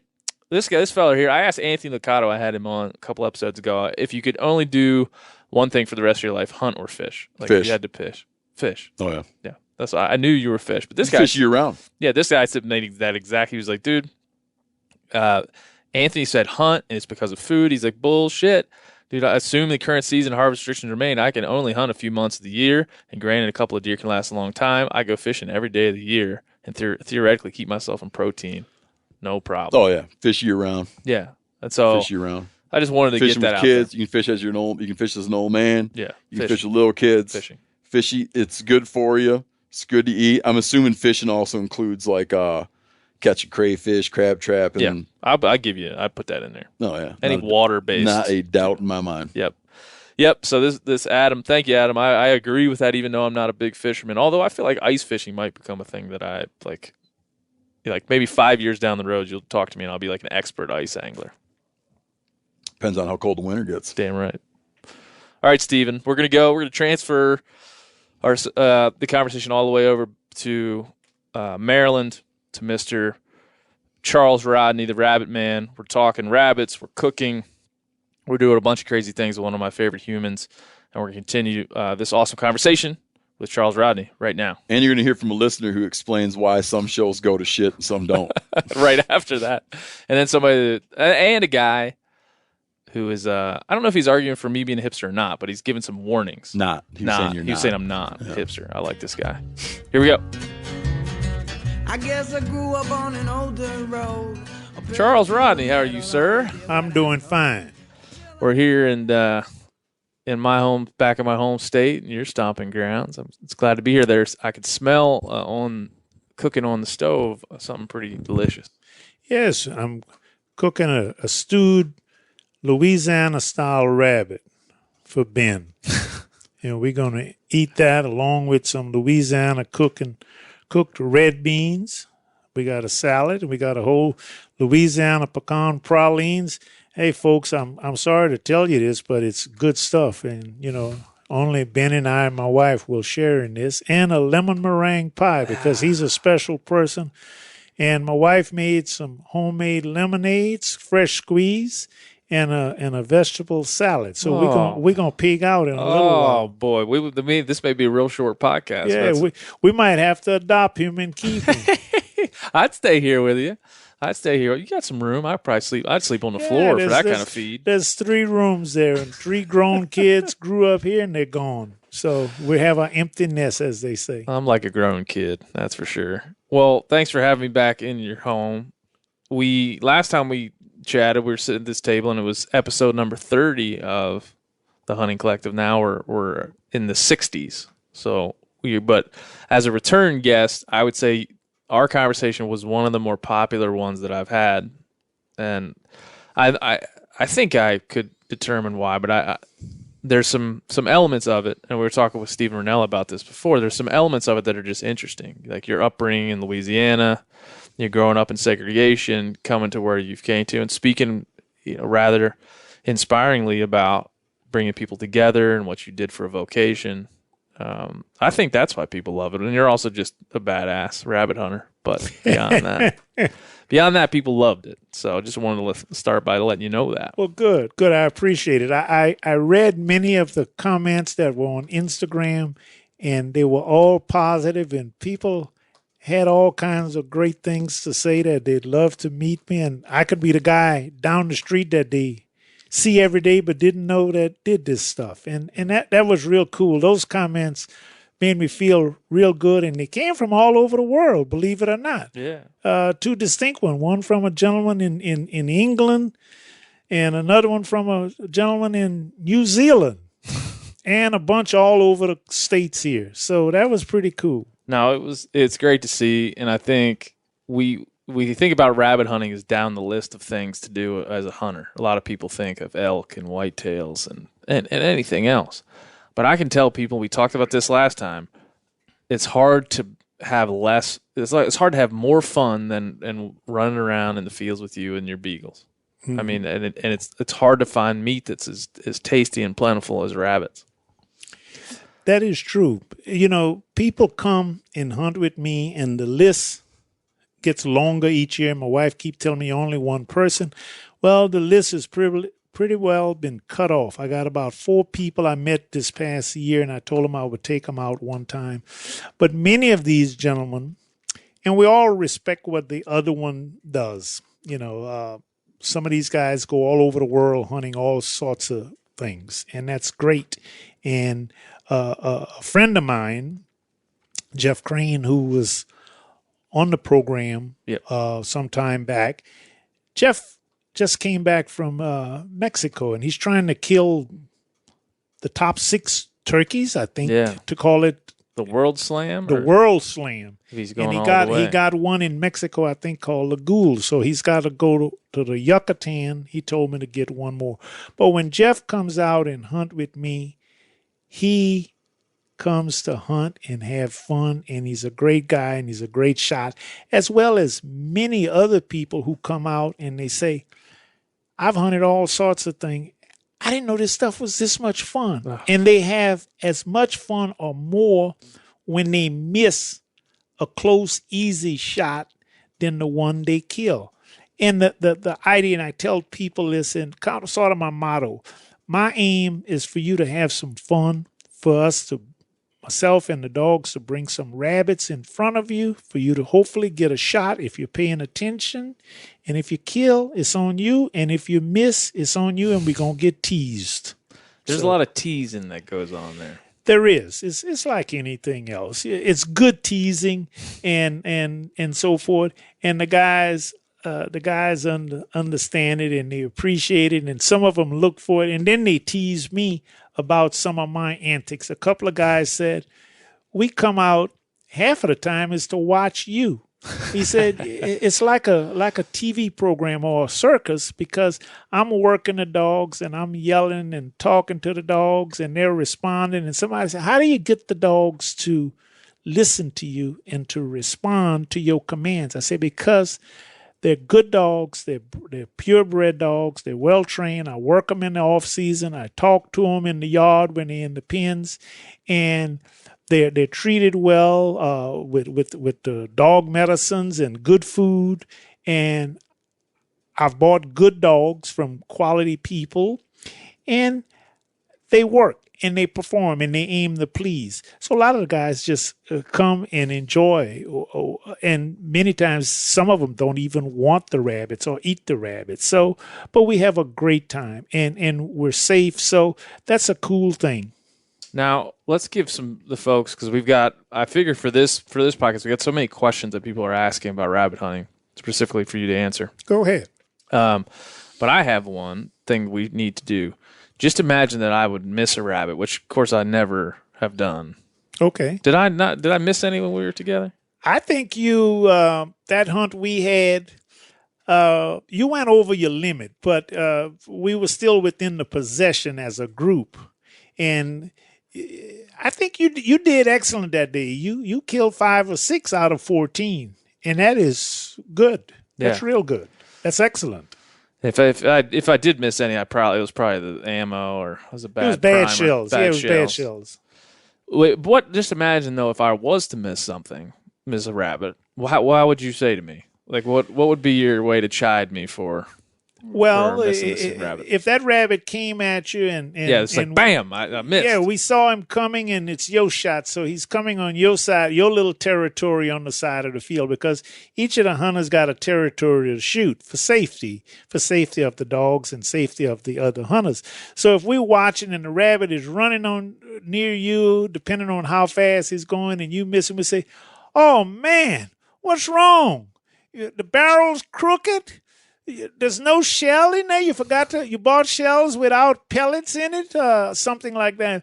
What's wrong? You need to get your eyes clean. Didn't get enough sleep. I'm wearing my contacts, Charles. Yeah. So they'll talk, and if you try to answer, that only gets more teasing and so forth. I say something like, "I don't see you shooting, Charles." Yeah. Well, a lot of times guys will say, don't talk about me missing. You miss too. I said, well, I do. I've been doing this for 61 years, and I do. I miss some close one. In particular, most people are going to miss the one where he's coming straight at you. Yeah. You're standing on a pathway, and he's coming straight at you. Looks like 100 miles per hour, and you're shooting at him, and you're unloading, and he's still running, and he runs right past you, and you miss. And that's the hardest shot, because as he's running, you need to drop your barrel down and shoot low. You're shooting, and you're shooting over his back. Yeah. And so forth. And then Charles is right on you. And I'm seeing everything. You're not going to forget it. And oh no, I don't forget it, because I write these up in stories, and I get chastised, and guys said, I don't think I missed that many, And I say, yes, you did. I was standing right there. And you write for a publication called Better Beagling, right? It's Better Beagling and Hounds and Hunting. Hounds and Hunting is the main magazine, but it's two magazines, and they recently merged them together. It's a joint one. The first section is Hounds and Hunting, and in the second section in the same magazine, it's a monthly, and is Better Beagling. Better Beagling. And they write about gun dogs, they write about field trials, they write about raising dogs, beagles, and so forth. And you're a regular columnist. Pretty regular. I write 6 to 7 a year. And they could be about the dogs. They could be about somebody I single out as a person and write about. Or it could be about certain hunts when we have some great hunts, some unusual hunts. And I seem to remember pretty much everything that goes on, and I write up a story. The stories are usually anywhere from 2 to 4 pages long. Yeah. And I describe it. And you have a photographic memory, or are you just really good? Because you can remember, even now, talking about the hunt that we did together and other hunts of folks that I know, you'll call out details that I don't. I'm pretty good. I can remember how we started on that hunt and where we started and how we worked that property, and it was L-shape and so forth. Mm-hmm. And I remember when we went and we let the dogs loose, and I don't think you remember this, but there was about 60 deer that took off running in the opposite of us. Looked like somebody had a tractor trailer full of deer, and they just let them loose when we parked the truck. And they just ran. I mean, I never saw that many deer at one time. I don't hunt any animals other than rabbits. But I remember the terrain, and there was a pond there, and how it sloped and so forth, and et cetera. So, yeah, I do pretty well. I guess you can say it's pretty well photographic. You keep journals at all, or just all? I don't keep any journal in the field because the action is too hot and heavy, but I memorize it, and when I come home, either that day or the next day, I write little cryptic notes. And I'll write about the land, what the land looked like, the cover, the weather. Did we walk over from a spot? Did we drive over? And I'll talk about that, and I'll talk about the first rabbit and what the dogs did, who shot it, how many shots. I can remember that. And as we go on, I'll remember it. And I remember who missed, and sometime I have written articles where I have individualized 18 to 20 rabbits. Some guys had multiple kills, some guys had 1 or 2, and then sometimes I lump the whole story in. It just depends. I just try to give it a little bit flavor. But I do, this is all I do. So I have a good knack and a good memory for all of that. You certainly do. Well, let's get to, we're just looking at them, you and I, like hundreds of questions from people. A lot of them are repeats, but we'll try to get to the ones that matter. And the first one, the most common one, we were just covering it, is how do I rabbit hunt with no dogs? And I think that's probably, most people don't have dogs or access to dogs. I think that's why people love hunting with you so much, other than the things we already mentioned. The dogs are such an additive to rabbit hunting. So, but how without dogs would you go about it? When you're hunting, and you can hunt without dogs, particularly if it's, say, 4 or 5 people, and you're hunting, say, in a grassy field or briar patch where you're going to have to kick them up. You're going to have to, don't leave any brush unturned. You're going to have to kick him all, because he'll sit there and you'll walk right by him. So you kick it, you stomp on it, you walk through it, you shake it, you make noise, and you got to be paying attention, and you're walking in a line. There he goes, and somebody will see him and shoot, and you got to shoot quick and go check. Now, the difference in with dogs, dogs will run the rabbit, and if you miss him, they're gonna run him, and he's gonna come back. But when you're hunting without dogs, you got to try to get him on your first shot or two, and you can't be afraid to shoot. You got to shoot if you see the brush shake or something. You shoot because there are no dogs there. There's nobody else there that you can injure. So you got to shoot quick, and then you check. But the key without dogs, you don't have that music. You don't have that dog to pick up that scent and chase that rabbit and bring him back. You got to kill him and not be afraid to shoot on your first couple of shots. Gotcha. And then you turn around and you come back and you walk through the cover again, because most time you spook up the rabbits the first time and they'll hop aside, and then you go back through the second time and then they get up and so forth. We've had some people ask about solo rabbit hunts if you're just walking around by yourself. You ever done that? I try not to. My wife, with dogs or without dogs? Without dogs, probably just you walking around. No, I don't do it. I really never did it much. When we were growing up, we didn't have access to any kind of dogs that we have today. We had a couple of yard dogs that would get a rabbit or two up. And we used to walk in the fields. There were fields that we farmed or nearby, and we'd walk on some of the ditches, and we'd walk through the grass and the briar, and we might kill one or two. And but I don't do it now. I don't even go out with the dogs alone because my wife give me the blues, and there's a safety factor. There are holes, there are logs, the stuff you can slip and fall. So I don't go by myself. Always go at it with at least one person, but most time it's on an average of about four of us. Four. Well, I mean, this question comes up a lot. What brush do they like to camp out in specifically, and why do they go to specific places? I say they like briars and honeysuckle. And it's even greater if the briars and the honeysuckle are in a mix, because they can crawl underneath those, and it's a good hideaway from predators. In Maryland here, we got a lot of flying predators. I mean, we're headquarters for a lot of bald eagles, golden eagles, particularly on Maryland Eastern Shore. You see them. You didn't used to see it. Yep. And you see a lot of crows and a lot of owls and hawks. There are a lot of red-tailed hawks and other hawks that flies around, and they can spot one. So the rabbits go under these briars and honeysuckle, and those predators cannot get to them.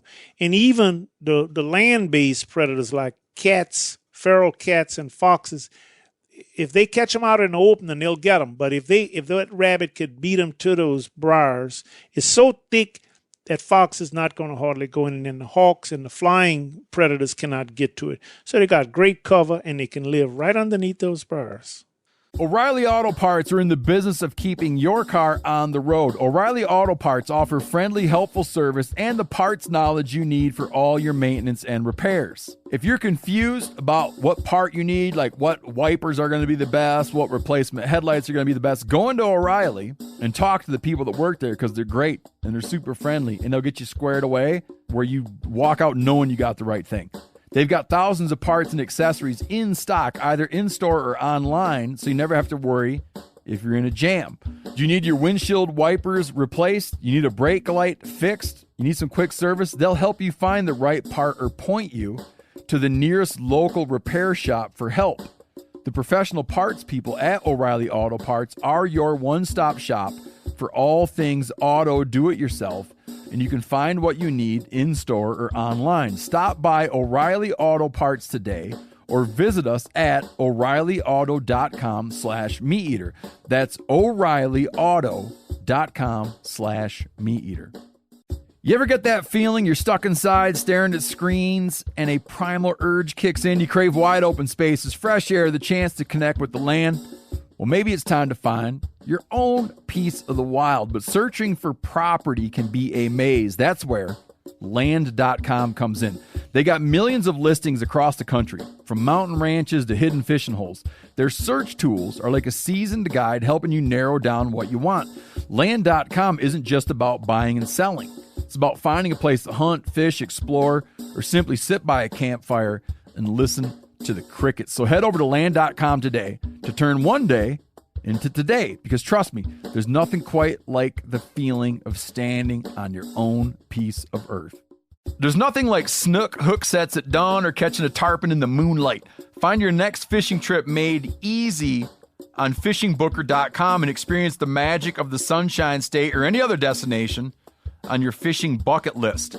Book a blue water adventure in search of sailfish or go snapper fishing with the kids.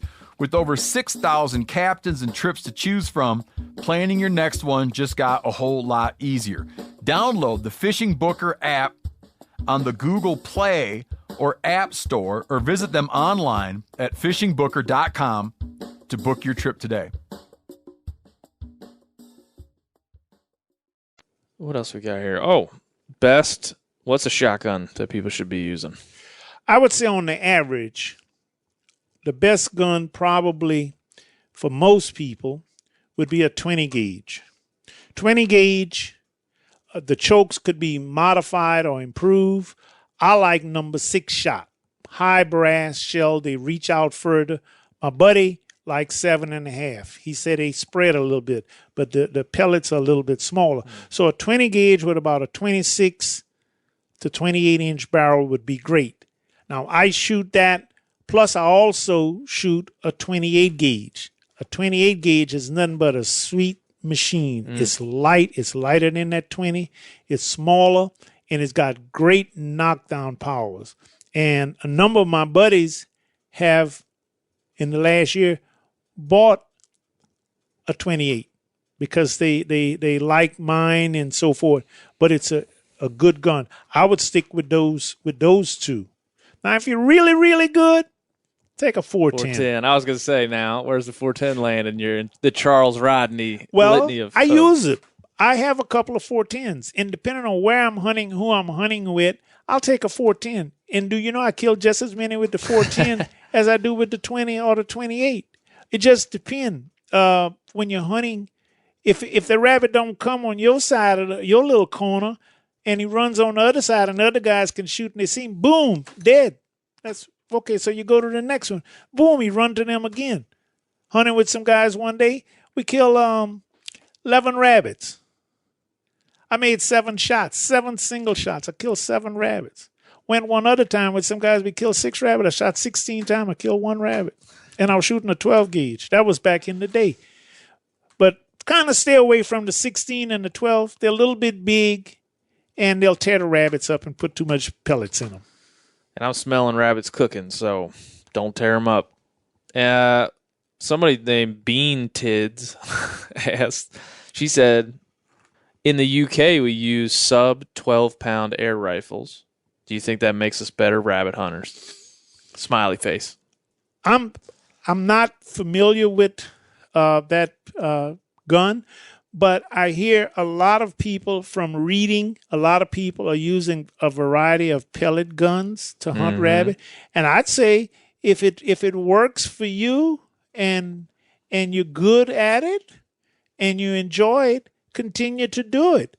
The one thing that's great about it, you'll only have 1 pellet in it, or 1 hole in it if you hit it. So I would say go with it. If you feel good, hey, do it. United Kingdom, we support you over here from Maryland. You do what you need to do over there. Yeah. A lot of people are asking about, what else are they asking about here? A lot of people are asking about how many dogs and why beagles are the 2 things. So first, if you were running, let's cover how beagles and then why the number that you do. Beagles are short.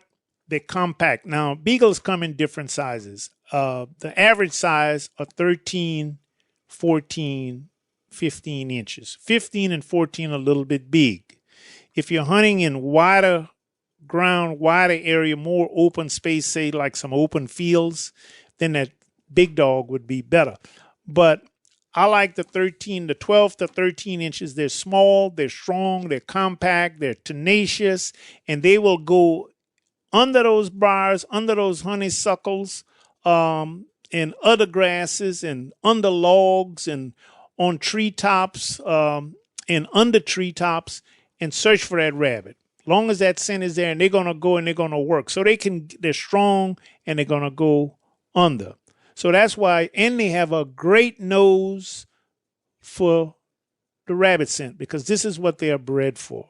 And this is what they live for, to hunt rabbits. Now the number. Yep. Why the number? I use 6.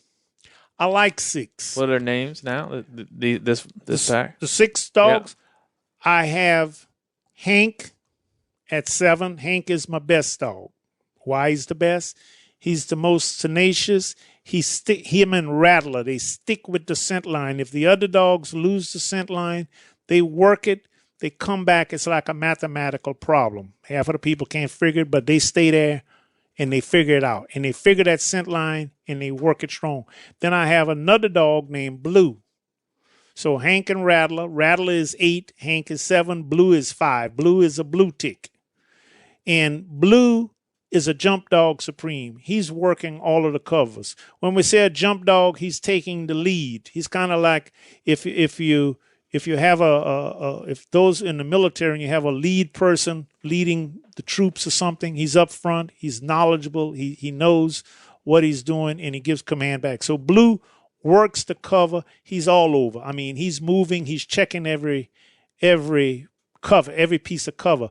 Then the other 3 are Sam. Sam is 3. Buckshot is 4, and Bozo is 5. Like he's the same age as Blue. Now they're a backup team. They're coming strong. They're not ready for leadership roles. They're a backup, but they're a good backup. They work hard and they'll jump a rabbit every now and then, but they give that support. And when they're going through the cover, they all together. Sometime I tell people they can run close on a hot scent close together. You can pull a blanket off of the bed and throw it out and cover all 6 of them. I like 6 because they give a lot of noise, they get the rabbit up, and they pack good and they cover a lot of ground. There are some guys who use more. There are some guys who say, well, because of whatever reason, I'm getting up in age, I can't watch them, I'm going to use 2. I know some guys that use 1. They hunt basically 1 or 2 people. They use 1 dog. They go through real slow. Some people use a slower dog. Some guys we hunt with 3 speeds of dog: slow, medium, and fast. Mine are medium.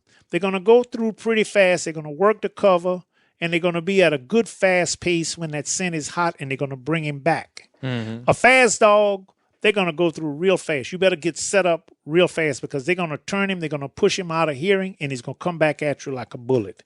And a slow dog, you can almost walk with the dog. That's no fun. You should label them. You just leave. Yeah. That's a slow one. Yeah. And you don't mix them. You want all to be 1 speed or not. You don't want to have a medium dog and 2 fast or a slow dog in the pack because that's not going to work. You want them all together. And when you're talking to a breeder, is that how you do it? You breed in the medium, fast, slow? They breed into them certain breeds of dog. Now, all of my dogs are pure, but I'm not one to follow all of those various bloodlines. Like you read some of these magazines and some of these field trials, those guys know those bloodlines and they can quote you so many generations back. This is the great-grandson of such and such and such and such who was a field champion who could do all sorts of things. That is great. I just don't follow it. I have good dogs and they're purebred and they do what I want them to do. So it's bred into them. Yes, it is bred into them, into their speed. And some dogs, some of the bloodlines innately have that fast speed already in them. Yeah. Somebody's asking, what do rabbits really love to eat? Rabbit mainly are grass eaters. They'll eat grass.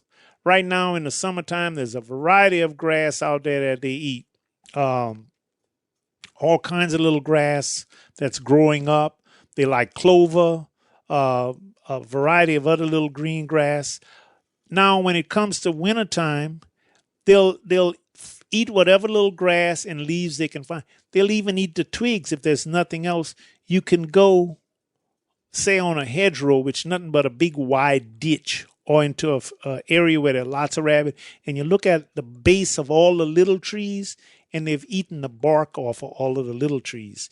And we hunt on a couple of nurseries because they eat up all the people trees. Saplings, yeah. And this one fella I met, he gave my buddy and I permission to come in his orchard. He had like 65 acres. He said, kill them all. Just don't shoot the trees. He said, well, if you shoot a tree, you're not doing as much damage as the rabbits because they're eating. He's growing peaches, pears, and apple.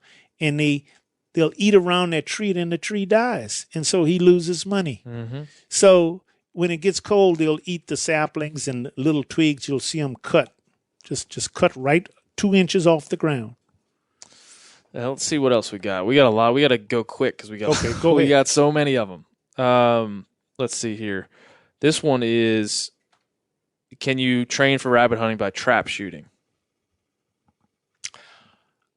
I would say no.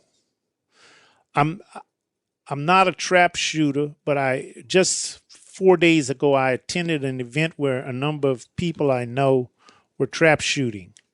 So no, you cannot train for that because the dogs are trained at an early age.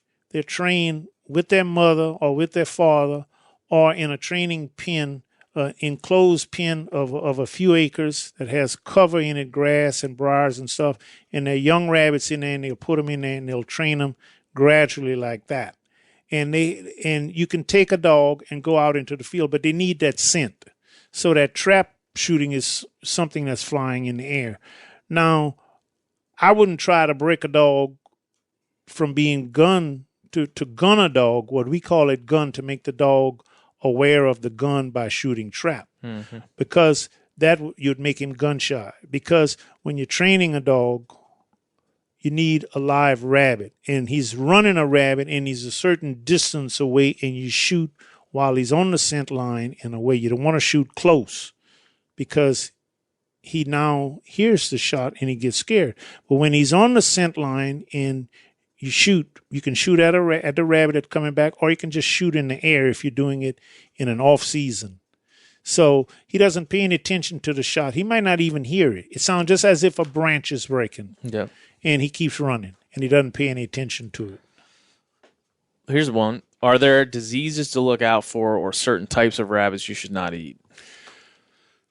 I hear of various diseases because in the Hounds and Hunting magazine, they talk about diseases in dogs. They talk about diseases in rabbit. And these are write-ups that come from people who are trained in the field, from various veterinarians who study all of this.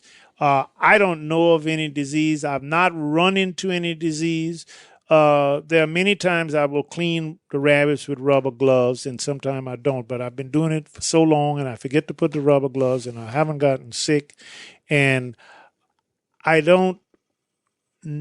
haven't run into any. There are diseases that I've read of, but personally, or any of my buddies, no, we have not run into any. Oh, good.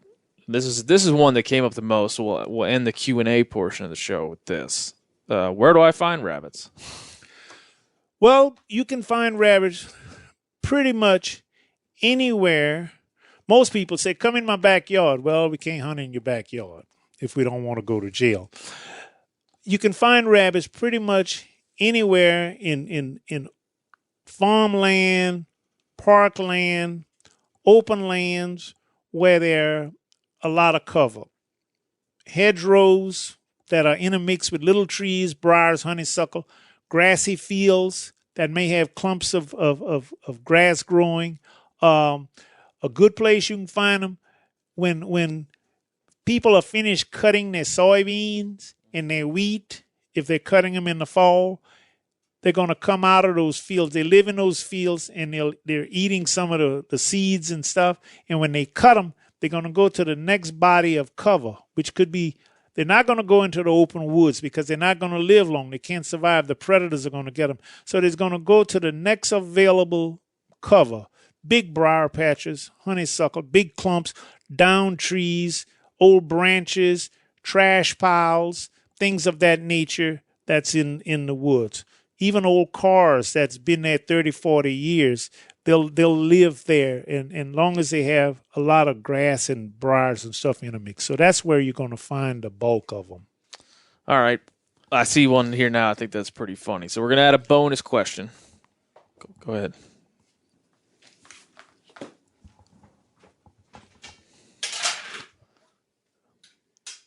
How's she looking? Looking good. Ooh, smells good. Smells good. And as you go, you just add a little water to keep it from sticking. Keep it from thickening too much. Bonus. Bonus question. I like this question. Rabbits are so cute, I can't kill them. What do I do? Then if they're too cute, Tell them, Charles. then you should stay in the house and don't go hunting. Leave them for the rest of us. Yes. My wife says, I've been telling her, I said, baby, why don't you come and go hunt? She said, not in this lifetime. She said, if I kill anything, I'm going to sit by the tree and I'm going to start crying on the first rabbit. I said, then you need to stay in the house. So if they're too cute, that's great to think that they're cute, but this is not for you, okay? They're not cute when they're not cute in the pan. They're delicious in the pan. That's right. So if any of those things you think are too cute, then don't hurt yourself and make yourself have a stomach ache, a headache. Then leave that to other guys. We're not cruel people.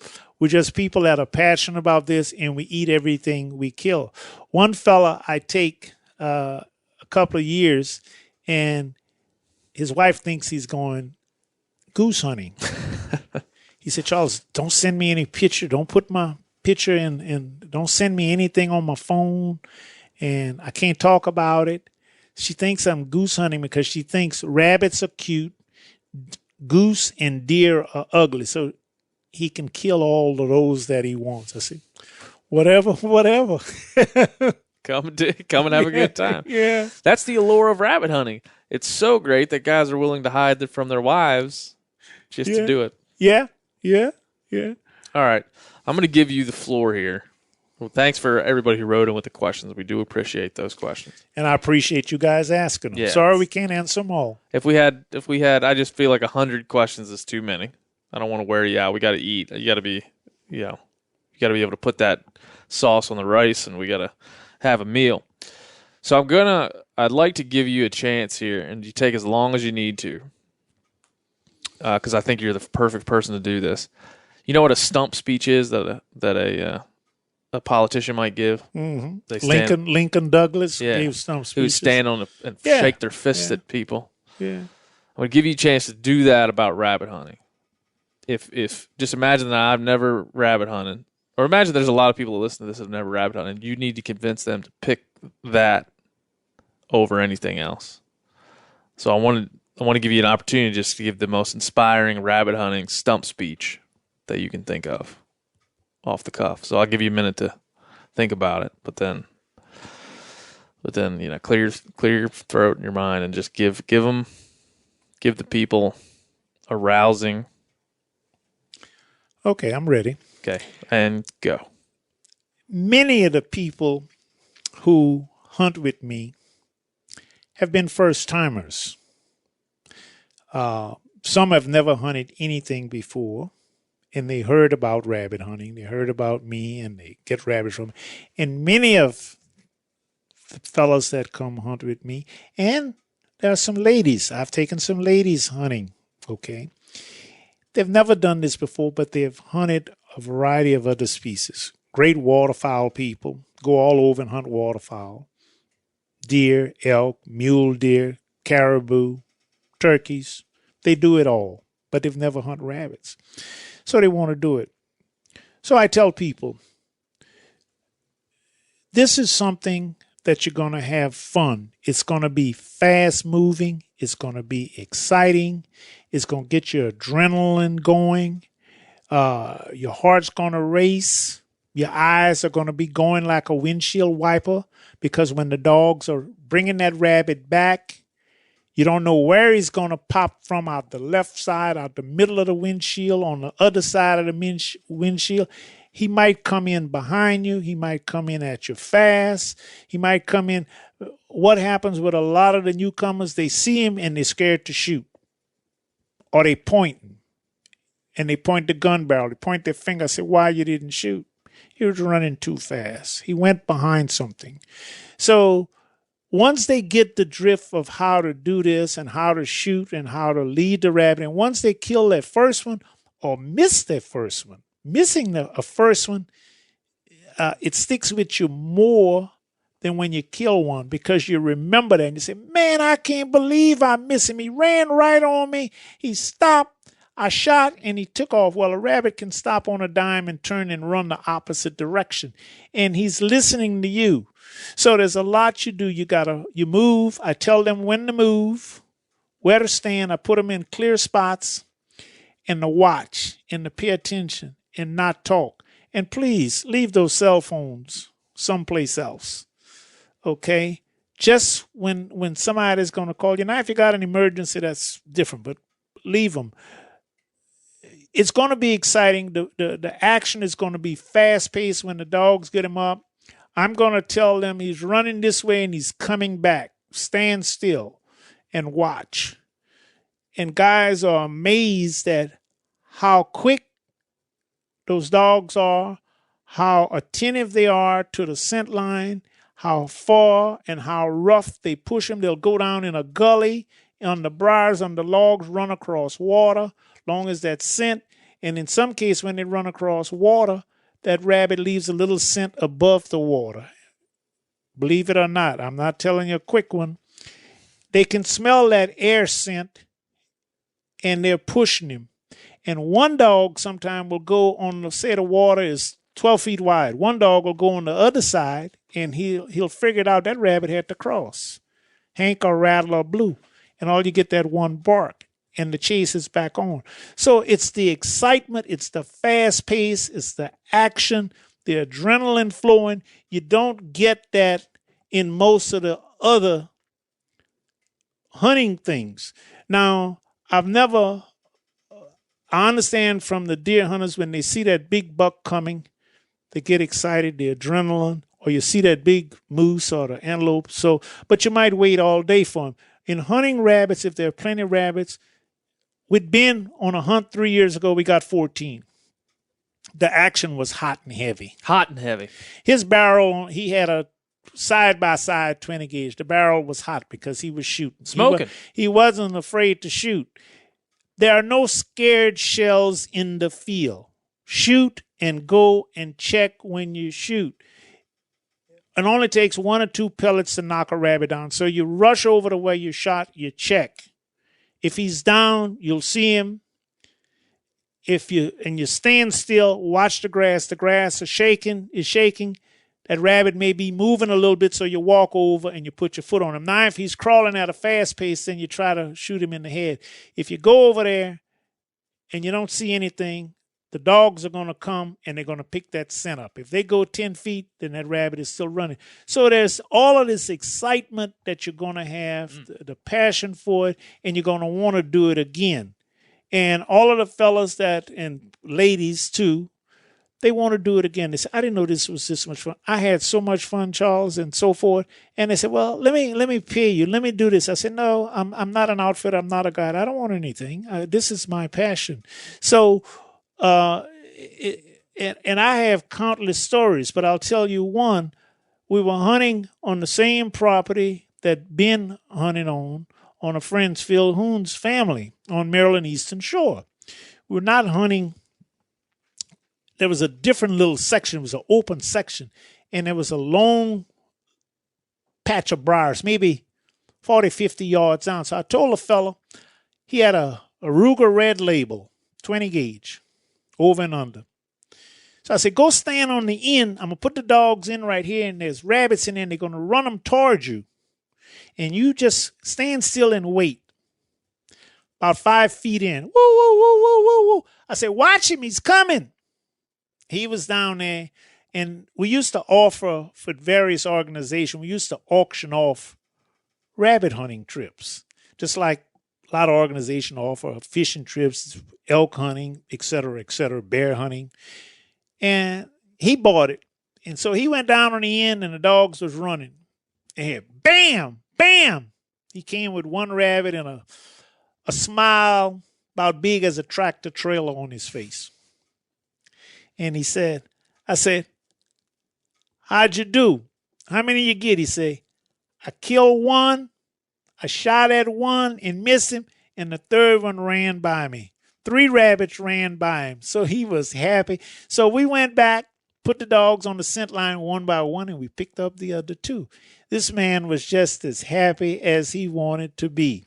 So it's the excitement, it's the passion that you're going to get for it. And the thing about it, the good thing, I'll use the word addiction. Addiction. You're going to get addicted. You're going to get bit by it, and you're going to want to do it again. Even though if you get a little scratched up, you're going to want to go again because the excitement, if they got rabbits there, it's going to be exciting, and you're going to tell everyone. And like I said, I've taken many, many people who said, I haven't done this in 40 years or 30 years or when I was a kid or I never did it before. So you're going to be pumped up and you're going to want to do it again. Be careful with this. It's like a drug. That's right. Rabbit hunt's like a drug. That's right. Take it once, you're going to want to take it again. That's right. That's right.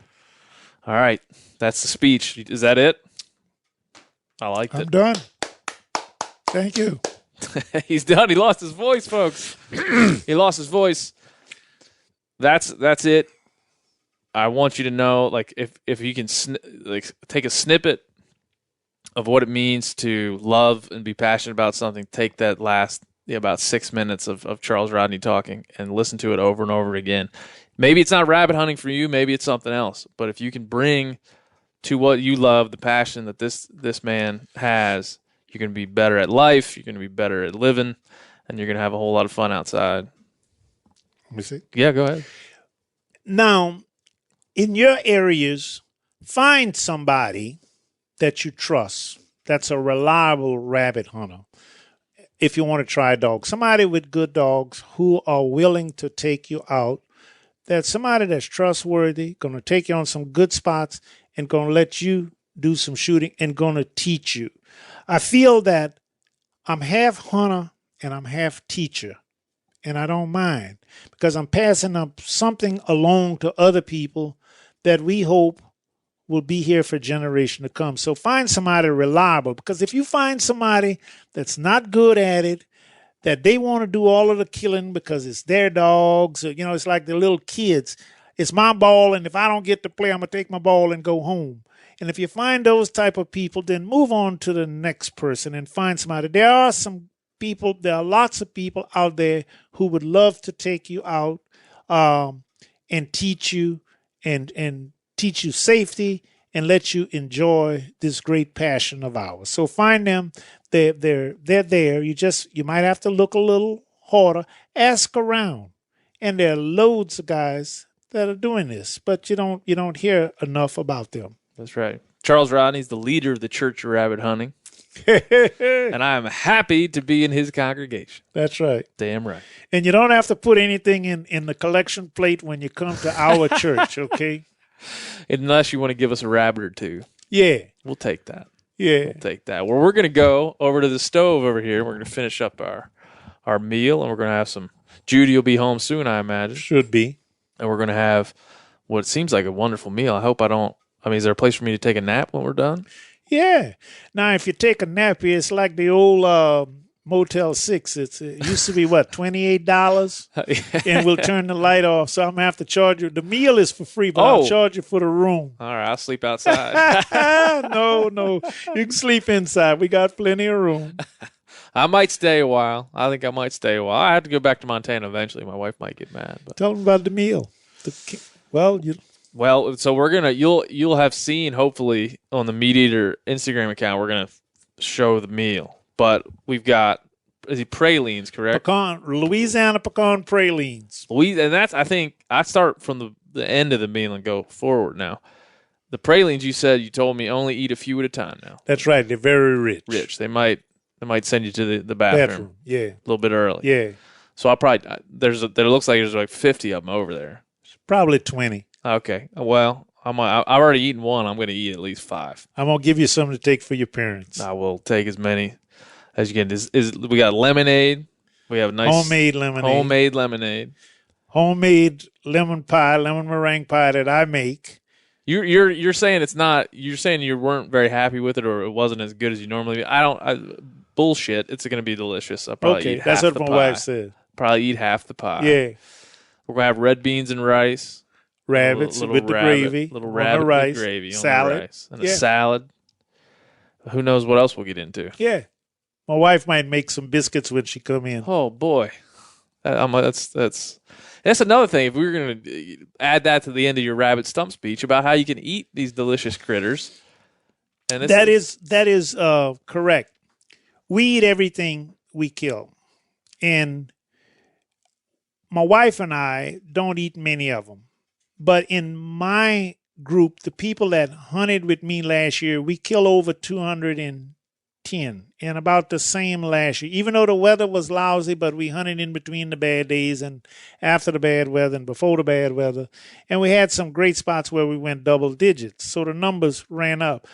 But most of them, a lot of the people come, they'll take one or two, and there's a couple of people want more because they give to their neighbors and a bunch of other older people.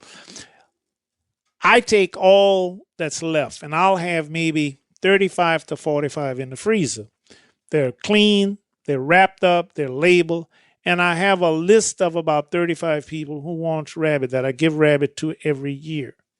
Many of these are older people who grew up eating them from various parts of the country. Some of them are city people. So I give them away, and I enjoy giving to them. So everything gets eaten, and that's a great treat. That is a great treat. If we can find them, somebody's going to eat them. That's right. Yeah, we're about to eat them right now. Let's go do that, Charles. All right. Thanks for coming on the show another time. You're quite welcome. You're welcome anytime to come and chat with me, and we'll find some rabbits in Montana. You probably will. I bet there's a few out there. Oh, there's rabbits. There's rabbits there. A couple of buddies that come out there and hunt some of the larger game tell me they see them in Montana and Colorado. If I find them, I'm calling you. Yeah. All right, Charles. Thank you. Thank you.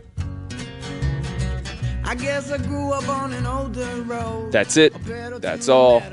Another episode of the show in the books. Thank you to Charles Rodney. Thank you to Stephen Rinella. You all should go rabbit hunting.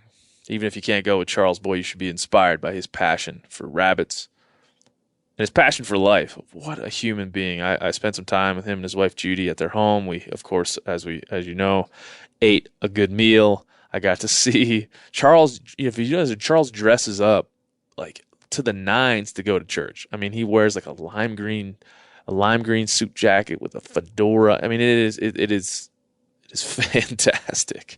He's a fantastic man. His wife. Thank you, Judy, for having me in your home and taking such good care of me when I stop by to visit. I really do appreciate that, and I appreciate all of you. I want to stop and say we're always at the end of these shows talking about what to buy, where to go, how you can help out the podcast. And you guys all know that. You can go to the Meat Eater store, sign up for the Meat Eater newsletter. You can go to iTunes and give this podcast a 5-star rating, like over 1,000 of you already have. You can go put a written review in there and tell us what you think. You can go do all those things. But beyond that, I'm feeling pretty grateful and thankful after my recent podcast recording trip. I recorded 7 podcasts in 5 days, and I'm just feeling thankful for, 1, the opportunity to talk to all of you, but 2, the opportunity to meet and bring you the stories of these people that need to be told. And I, in the beginning of this podcast, I said it shouldn't be about me. It's called the Hunting Collective because it's about our collective experience, and each week presenting a new experience to add to the collective so we can all get a better idea of where we are and what we're doing. So I truly believe that's the mission of this show. That's my mission, and I'm thankful to go every day and try to get it and try to make thoughtful conversation happen all around hunting and some of these very important issues. We don't always get it right. That is for sure, but I always want to have the conversation, and I'm never don't want to self-censor based on, the controversial nature of a topic. I just want to dive into the things that are important and try our best to discuss them. So please keep sending in your reactions to thc@themeateater.com. Please send your audio clips, 1 minute, 2 minutes.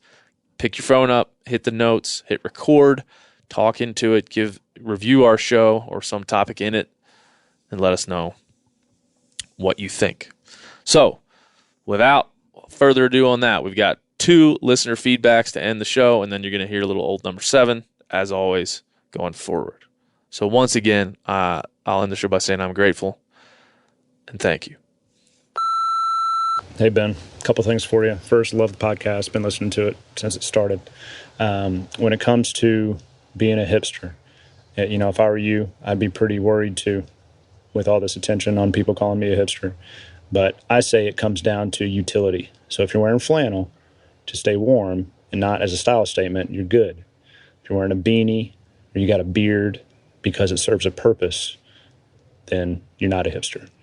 If you're just wearing it out so you can show off for the ladies and drink your ironic craft brew, then yeah, you're a hipster.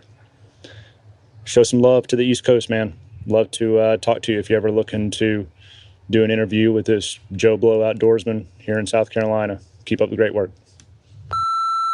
Hey, Ben and the Hunting Collective, Mountain Marketer here to explain why Rinella is wrong about Game of Thrones, but correct about most episodic drama. It all comes down to endpoints. If the narrative has a defined endpoint at the beginning of production, the show will be good.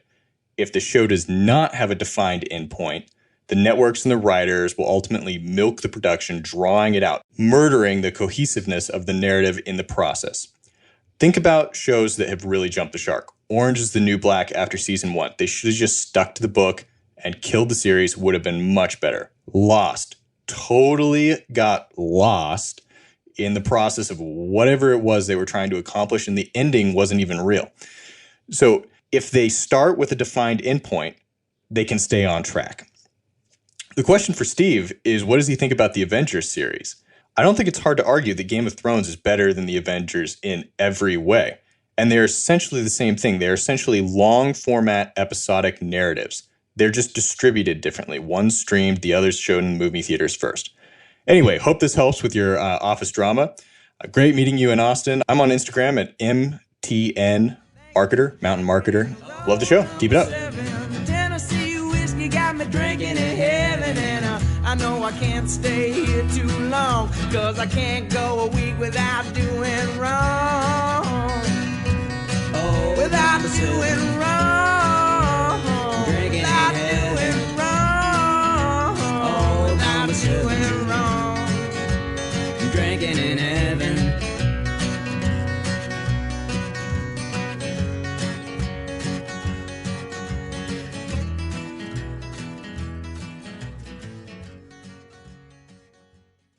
You ever get that feeling the walls closing in, the concrete jungle suffocating you? You crave some wide open spaces, the chance to connect with nature, maybe in a spot all your own. Well, head over to land.com. They've got ranches, forests, mountains, streams, you name it. Search by acreage. You can search by location. You can search by the kind of hunting and fishing you're dreaming of. Land.com. It is where the adventure begins. Hey, everybody, listen up. I got mega huge news. Meat Eater Live is heading back out on the road. That's right. Join me and the crew. Clay Newcomb, Cal, Yanni, Spencer's going to be there. Phil the Engineer's going to be there. Meat Eater Live, headed back out. Now, when you get every ticket, okay, every ticket you buy, you get a signed copy of our new Meat Eater Outdoor Cookbook. This tour is celebrating the release of the book. Buy a ticket, get a signed copy, Meat Eater Outdoor Cookbook, wild game recipes for the grill, smoker, camp stove, and campfire, which I'll point out is a $38 value. Here's where we're going to go. April 23rd, the Mesa Arts Center in Mesa, Arizona. April 24th, the Balboa Theater in San Diego. April 25, the Grove in Anaheim, California. April 27, the Crest Theater in Sacramento. April 29, the Union in Salt Lake City. April 30, the Egyptian in Boise. May 1, the Wilma Theater in Missoula. May 2, the Bing Crosby Theater in Spokane, Washington.